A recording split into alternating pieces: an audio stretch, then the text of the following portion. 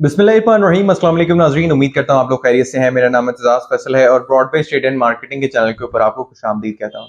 नाज़रीन, आज की वीडियो में G17 के हवाले से थोड़ी सी डिस्कशन करेंगे और इस वीडियो के अंदर मैं कोशिश करूँगा कि आपको तमाम चीज़ें जो हैं वो एक्सप्लेन कर सकूँ और टेम्पलेट्स मैंने कुछ बनाई हैं ताकि आपकी समझने में आसानी हो सके। काफ़ी सारे कंसर्न्स रेज़ हुए थे G17 का जब हमने विज़िट किया और उसके बाद बहुत सारी चीज़ें ऐसी थी जिन जो बेशतर हमारे पास सवालात आ रहे थे G17 से रिलेटेड। तो मैं आपको इस वीडियो के अंदर वो तमाम तर क्वेश्चंस का आंसर करने की कोशिश करूंगा। सबसे पहले तो मैं आपको बताता चलूं कि G17 जो है वो supreme court cooperative housing society है। सुप्रीम कोर्ट के जो एम्प्लॉयज़ हैं उनको ये यहाँ पे जो है वो अलॉटमेंट दी गई थी।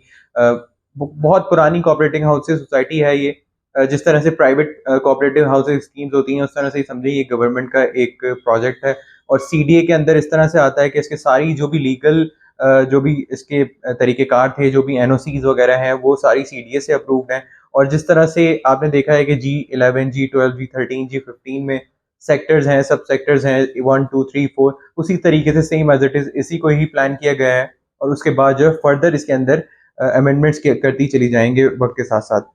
अच्छा, जिस तरह से B17 है वो multi professional housing cooperative housing schemes है, इसी तरह से G17 है सुप्रीम कोर्ट की जुरिसडिक्शन में आता है और उनके एम्प्लॉइज़ को अलॉट किया गया था, उनके स्पाउसेस को अलॉट किया था। अब सीन ये है कि इसके अंदर जो 1, 2, 3, 4 सेक्टर्स होते हैं, उसमें से 1 एंड 2 के ऊपर जो है वो डेवलपमेंट का काम चल रहा है और जो फुटेजेस में आपने देखा, हमारी लास्ट वीडियो में आपने देखा, हमने ऑन ग्राउंड आपको वहाँ पे जाके जो सिचुएशन थी उससे आगाह किया, तो वो तमाम तर जो डेवलपमेंट चल रही है, वो 1 और 2 के अंदर चल रही है।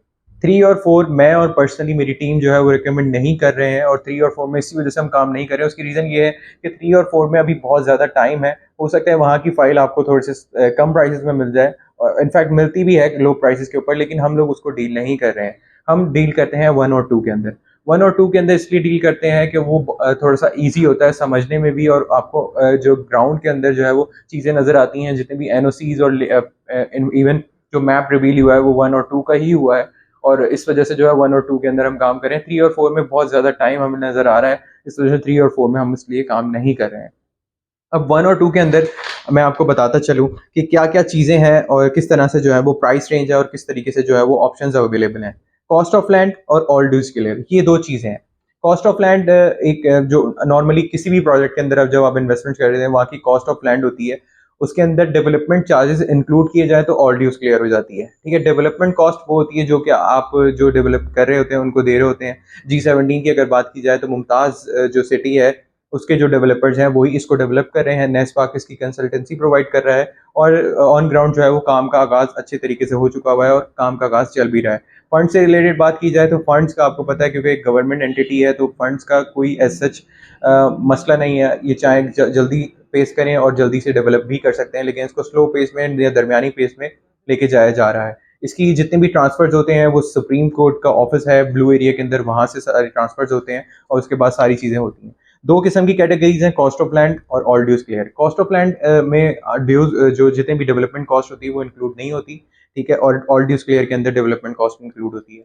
जबकि अगर फॉर एग्ज़ाम्पल इसमें 3 कैटेगरीज़ आती हैं। एक एम्प्लॉइज़ होते हैं, जिनको ये अलॉट की गई है। एक वो जो स्पाउस होते हैं एम्प्लॉइज़ के, उनको अलॉट की गई है और दूसरा जो है वो जनरल ऑडियंस जो है, जनरल आम आवाम के लिए, वो 3 कोटे हो गए हैं, ठीक है?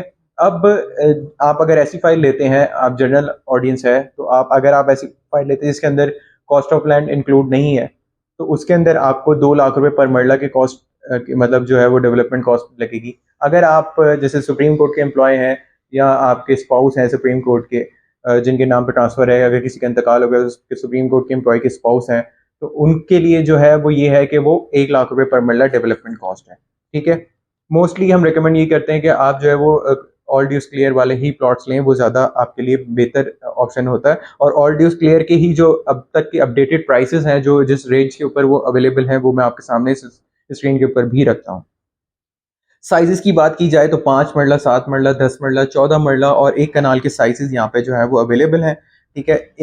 इसके अंदर जो है वो प्राइस रेंज के ऊपर अगर बात की जाए तो G17 1 के अंदर जो है वो तकरीबन जो मैक्सिमम 5 मरला मिल जाता है, तकरीबन 65 लाख रुपीज़ तक का मिल जाता है। 7 मरला जो मैक्सिमम आपको मिलता है तकरीबन 90-91 लाख रुपीज़ का मिल जाता है। और इसी तरह से 10 मरला की अगर बात की जाए तो वो 1 करोड़ 15 लाख के अराउंड आपको मिल जाता है। 14 मरला की अगर बात की जाए तो तकरीबन 1 करोड़ 40 लाख के अराउंड आपको मिल जाता है। 20 मरला यानी कि 1 कलान की बात की जाए तो वो तकरीबन आपको 1 करोड़ 75 लाख रुपए के अराउंड आपको मिल जाता है। ठीक है, G17-2 के अंदर अगर एडीसी प्लॉट की बात की जाए, ADC stand for all dues clear, तो वहाँ पे G11-2 के अंदर अराउंड लोकेशन मैटर करती है और बहुत सारी चीज़ें हैं, क्योंकि आपको पता है मैप के ऊपर प्लॉट होता है तो उसकी वैल्यू थोड़ी सी कंपैरेटिवली ज़्यादा होती है जो आगे का बेहतर जगह पे प्लॉट हो रहा हो उसकी। 5 मरला का जो बेहतर प्लॉट आपको मिल जाता है तकरीबन G17-2 के अंदर तक अराउंड 60 लाख के आसपास मिल जाता है। 7 मरले का जो है वो तकरीबन आपको 83-84 लाख रुपीस के अराउंड मिल जाता है। 10 मरला आपको 1 करोड़ 5 लाख के अराउंड मिल जाता है। 14 मरला आपको तकरीबन 1 करोड़ 30 लाख के अराउंड मिल जाता है और 1 कनाल का आपको अराउंड तकरीबन 165 लाख रुपीस के अराउंड आपको मिल जाता है। इसमें मैटर करता है कि क्या सिलसिला है और क्या चीज़ें जो हैं वो लोकेशन जो है वो डिफाइन कर रही होती है फर्दर।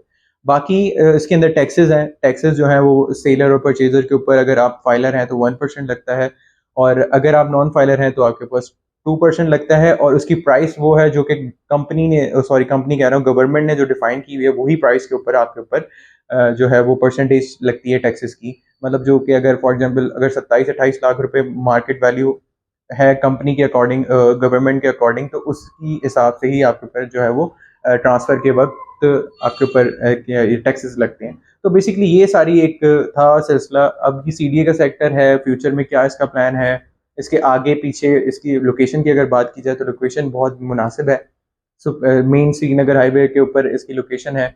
और डेफिनेटली अगर आप कभी भी एयरपोर्ट से इस्लामाबाद की तरफ आते हैं तो आपने लाजमन इसको देखा होगा, क्योंकि टॉप सिटी मुमताज़ सिटी के बाद लेफ्ट साइड पे आपको ये नज़र आती है। इसके बाद आगे आपके पास जो है वो G15, G14 जितने सारे भी जी सेक्टर्स हैं वो सारे आपके सामने शुरू हो जाते हैं, और वहाँ पे आपको एक अच्छी जो है वो कंस्ट्रक्शन नज़र आती है, आपको घर नज़र आ रहे होते हैं, आबादी नज़र आ रही होती है। तो बेसिकली यहाँ पे भी बहुत ज़्यादा रुझान है और लोगों का इंटरेस्ट भी है, और लोग चाहते हैं कि यहाँ पे इन्वेस्टमेंट्स करें और अपनी चीज़ों को जो है वो बेहतर से बेहतर कर सकें।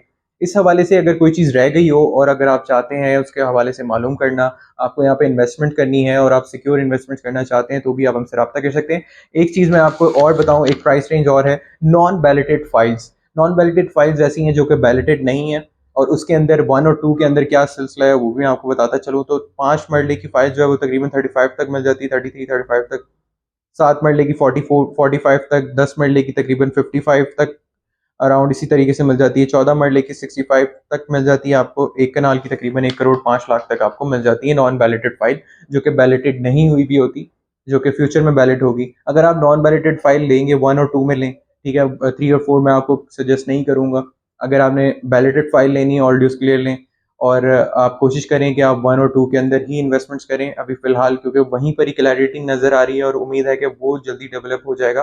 तो फ्यूचर में उसकी कम प्राइसेस भी जो है, क्योंकि आप अगर इसके साथ देखेंगे बैक साइड पे फैसल टाउन है, सामने इसके 18 है, और राइट साइड पे इसके जो है वो टॉप सिटी और मुमताज़ सिटी है, लेफ्ट साइड पे फिर सीडीए सेक्टर्स आ जाते हैं, G15, G11 वो सारे लेफ्ट साइड पे हैं जहाँ इस्लामाबाद के अंदर जाते हुए। तो इसकी लोकेशन बड़ी जो है वो प्राइम है, और जैसे-जैसे डेवलपमेंट यहाँ पे बढ़ती चली जाएगी वक़्त के साथ-साथ आप इसमें प्राइसेज़ में जो है वो वाज़ह तौर पे बेहतरी आप देख सकेंगे।